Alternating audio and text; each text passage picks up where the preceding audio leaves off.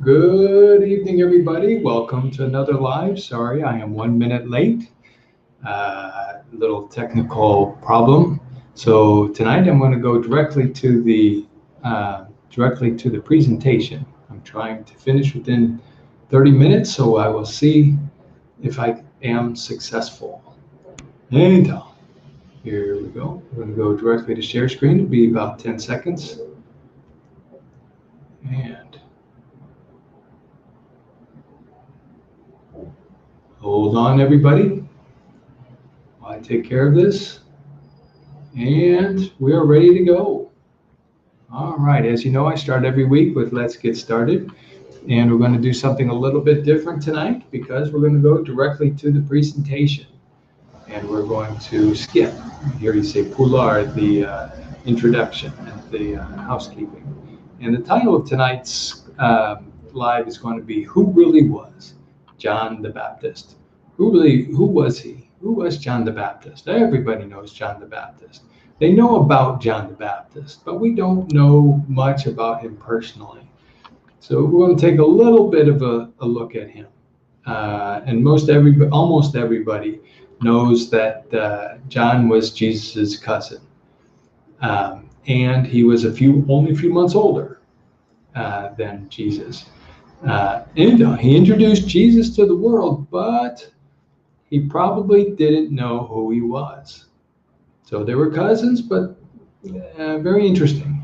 Now in Luke 180, it says the child grew up. As you know, grow up is crecer, and his spirit became strong. He lived in the desert until he appeared openly to Israel. And as you know, desert is deserto, desert. So we'll find some different variations of this word here. So a couple things. Remember, the red words will be any words with the word any, every, some, and no. And the blue words, those are the crucial words. We need to know or become familiar with those words in the blue. Alrighty, Jesus was confused with three different people. Now you see the verb confused there in brackets. That means that is the participles. All the third tercera cluna verbs will be in the brackets. So John was confused with three different people. The Jews asked him, well, are you the Messiah? Well, are you the Messiah, John? Then they asked him, are you the prophet are you the prophet Elijah promised by Malachi? So who was promised by Malachi? We looked at Malachi the last week. So are you the prophet Elijah? And here's a picture of Elijah the prophet.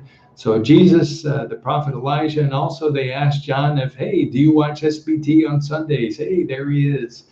No, that's Jesus in the back row watching Silvio Santos on Sunday. So there's my weekly Silvio Santos joke. And let's get to work.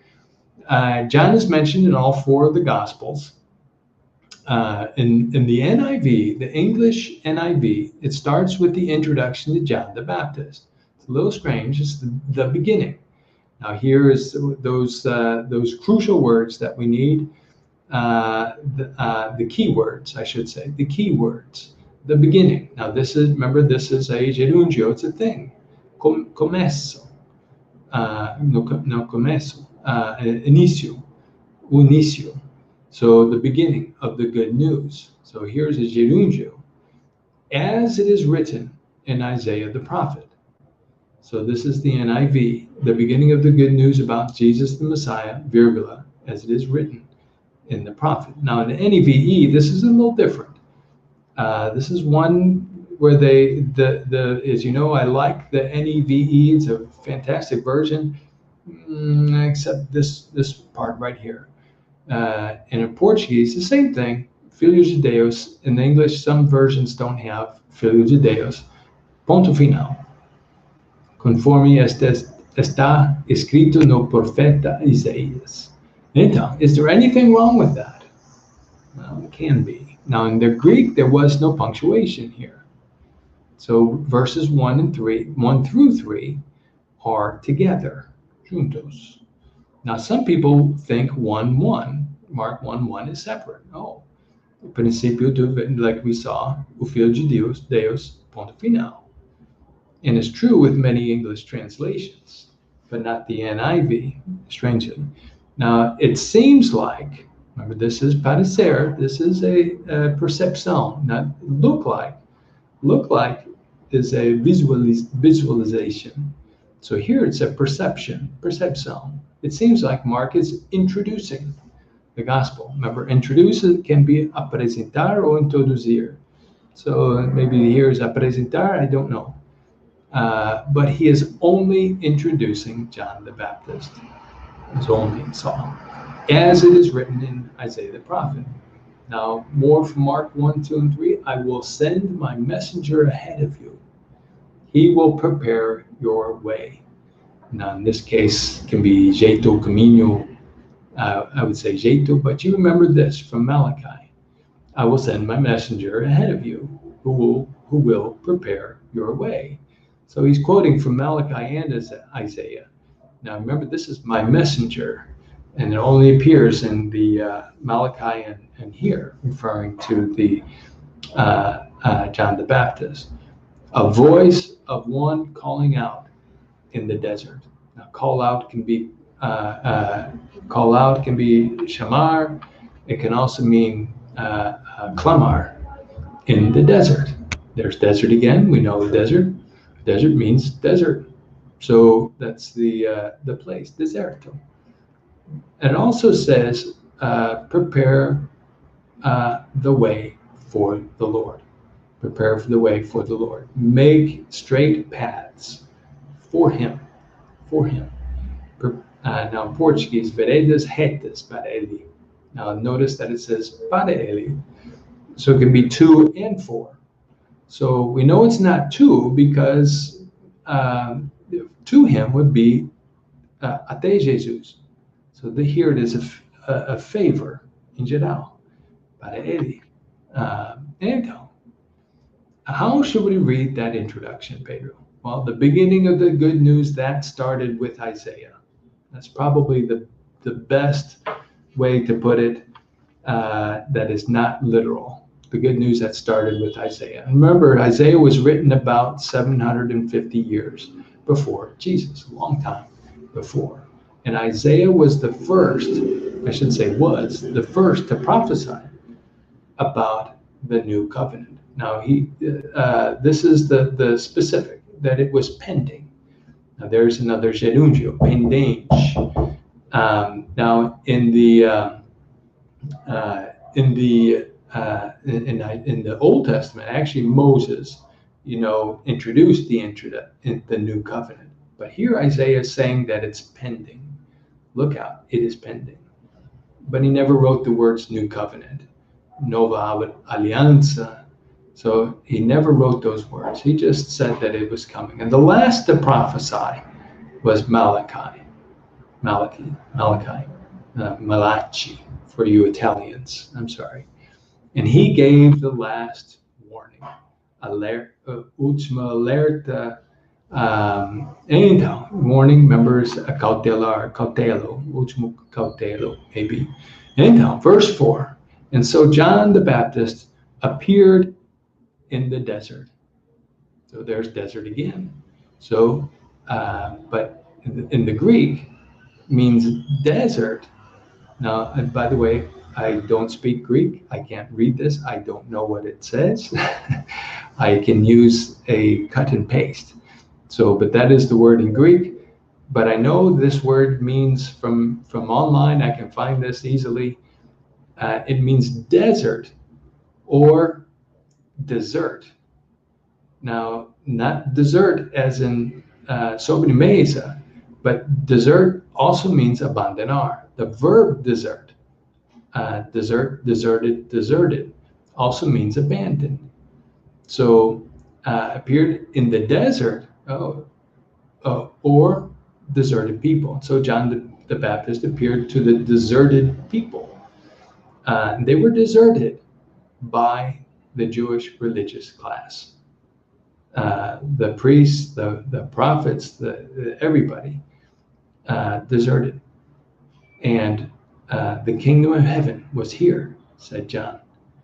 And verse 4 continued, he preached that people should be baptized and turn away from their sins. Now you know that should is debería, deberiam, be baptized and turn away from their sins. Then God would forgive them. And here, would and forgive. Forgive, perdoar, and would forgive, perdoaría. That's not easy. God would forgive them. Baptism, by the way, was nothing new to Israel. This is not news. The Pharisees and the Sadducees, remember, those are two of the groups. There are four really groups that are big groups in this time, the bigger groups. So we have the Pharisees and the Sadducees. I have told you about the Pharisees and the Sadducees in the past, but these are the two different religious groups, and they controlled Jerusalem. Now, it was practiced only by the Qumran community, and some people know them as the Essenes. I'm not sure about that, if those were the Essenes, but they lived in the desert, in the middle of nowhere. And of course, in Portuguese, say no meio de nada. So in the middle of nowhere. So this Qumran community lived outside of Jerusalem. Maybe some members lived in Jerusalem, maybe all of them, but they were all around the Middle East, around Israel, in Syria and Damascus, and in Egypt. So they lived everywhere in the area. Now, we don't know how many lived in that actual Qumran community. Anyhow, and they were responsible for the Dead Sea Scrolls. Dead Sea is Mar Morta, and then the scrolls would be the books that you roll. I don't know what that is in Portuguese, forgive me. So these people were responsible for the Dead Sea Scrolls, and they isolated Isolar themselves from Jerusalem. They had to, because it was dirty, really. Now in verse 5, from all Judea and Jerusalem, crowds of people went to John. Now you remember, crowd is multidão. Crowds of people went to John. They confessed their sin, and he baptized them in the Jordan River. Now, in verse 6, John wore clothes made from camel's hair and a leather belt around his waist. Now, hair is cabello, forgive me, but leather belt. This would be cinto de couro around his waist, and waist is cintura. So cinto and cintura in English are belt and waist, and leather again is couro. Now, he ate locusts and wild honey. I'll let you read this here. Locusts be gafanhotos, and honey is male, but the rest you can read that here. This verse 6. And now verse 7. Here is what John was preaching. After me, there is someone who is more powerful than I am. Remember, powerful, full of power. Cheio de poder. Or you would say poderoso. I'm not good enough to bend down and untie his sandals. So bend is dobrar. Bend down, on the other hand, is abaixar or genuflectir. You probably have never heard this word, genuflectir. In English, genuflect. Same word in English, genuflect. But I have heard that word genuflect one time in conversation. So you'll never see that word. But this is the idea, to bend down, genuflect, and untie his sandals. Untie, as you know, desamahar or desatar, his sandals, and sandalias, you know that one. So in verse 8, I baptize you with water, but he will baptize you with the Holy Spirit. A little different here. Sadducees did not believe in the Holy Spirit.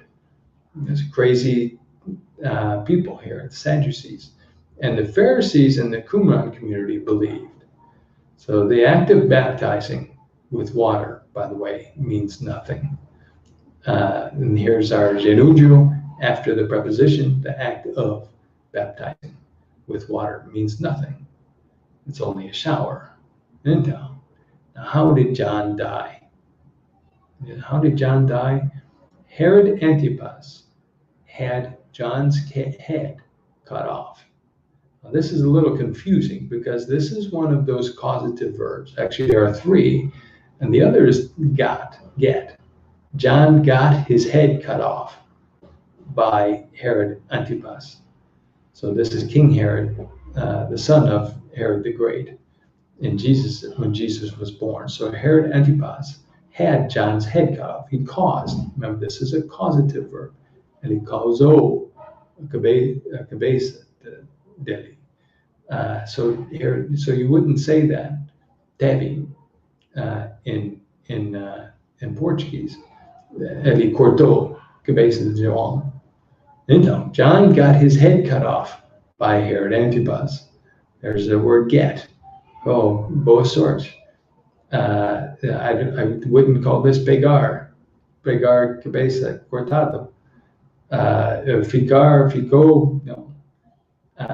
Two very strange sentences in English with the causative verbs. So one is the active and one is the passive. John got his head cut off and Herod had John's head cut off. Good luck, everybody.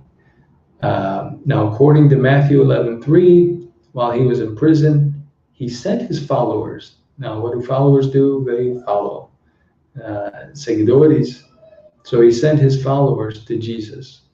And they asked Jesus, are you the one, in this case the Messiah, who is supposed to come? Or should we look for someone else? There's else as an other, o mais, outro mais. Should we look for alguém outro, someone else? Now, we have two shoulds really in Portuguese. Supposed to is deveria, and so is should. So should and supposed to are deveria. The difference is one is expected. Are you the one who is supposed to come? Expected, esperado. Or should we look for someone else? Now, should or supposed to comes with expectation, expectativa, and should is not. So in Portuguese, deveria, we have two deverias. So one who is expected to come, I am supposed to wash the dishes at night. I'm supposed to. My wife expects it. My daughter expects that I wash the dishes. Or should we? Or should I wash the dishes? I should wash the dishes. It's a little stronger. I'm supposed to wash the dishes every night, not hope that they get washed. I'm dreaming. Okay. That's why I think John didn't know Jesus personally. He had to ask, are you the one who is supposed to come? If he knew Jesus, he would know this. So I think John and Jesus grew up in different areas and they never met each other. I don't know. So that's my opinion. And verse 4-6, Jesus answered, go tell John what you have heard and seen. Here's the perfect tense here. This is true to the Greek. Now in the English, I would say, go tell John what you heard and saw in the past tense. But in the Greek, they like the perfect tense. The blind can see. The crippled can walk. People with leprosy are healed. And the deaf can hear. The dead are brought back to life. So you see these four words here: blind, cego, deaf, surdo, and crippled, aleijado. And then people with leprosy, I believe that's leprosia, are healed. By the way, healed, you might remember, is curar. So they're curado. Anyhow, and the good news is being told to the poor. So here's a continuous with the participio. The good news is being told to the poor. Blessed is anyone who does not give up their faith because of me. Now remember, blessed, bem-aventurado in Matthäus chapter 5, where he's saying, blessed, the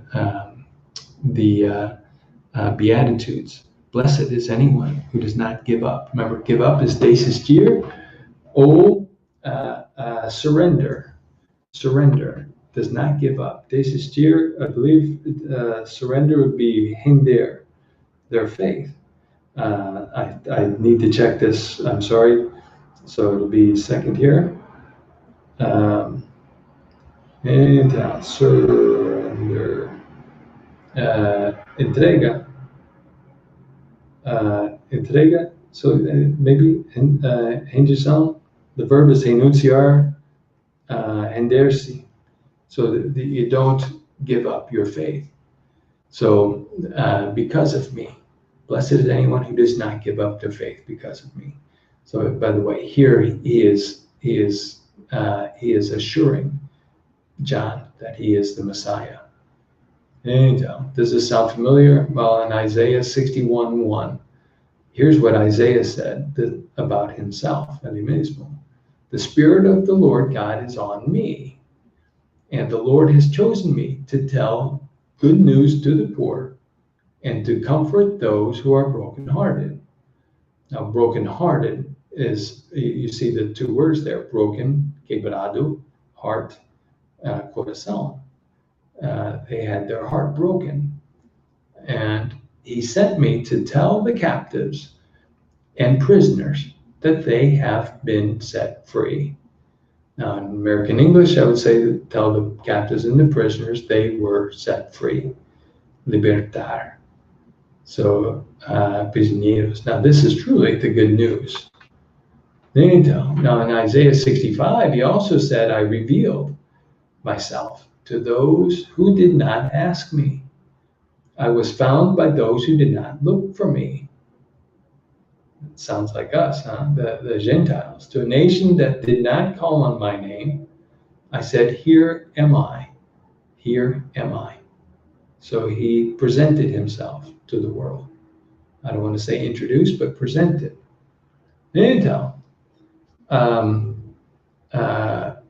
Now, Jesus said in Revelation, what did he say? He said, here I am. Here I am.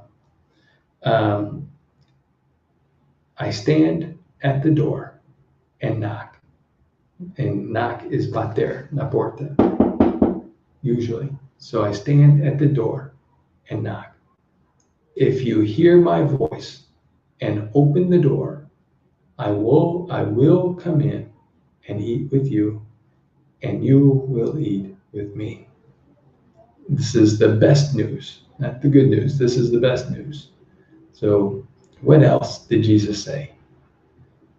It is not the healthy who need a doctor, but the sick. Heaven isn't for everybody. People think this world is enough.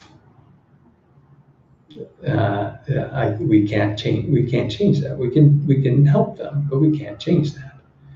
And all of us, we need to recognize that we are sick. Here, recognize that we are sick, all of us. It's called sin. We're born with this. We think we are good, but who is responsible for that? Remember, we owe that to our mothers. We're good people because of our mothers, not from anything that we did. So the great physician knocks on our door, knocks on all of our doors. The great physician is knocking, and he says, I am the way, the truth, and the life. And will you recognize his voice? It's up to you. Now, there's an expression in English, depende de você. I can't help you with that. It is up to you. Is this world enough? Or is Jesus the way, the truth, and the life for all, rich and poor? But Pedro, you never answered the question. Who really was John the Baptist? Who really was he? Well, maybe the question should be, Devidia, who really is John the Baptist? not in the past tense, or yeah, the past tense, but in the present. Who really is John the Baptist? But this question will have to wait for another day. Anyhow, good night, everybody.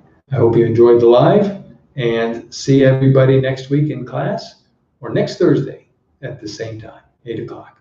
Good night, everybody.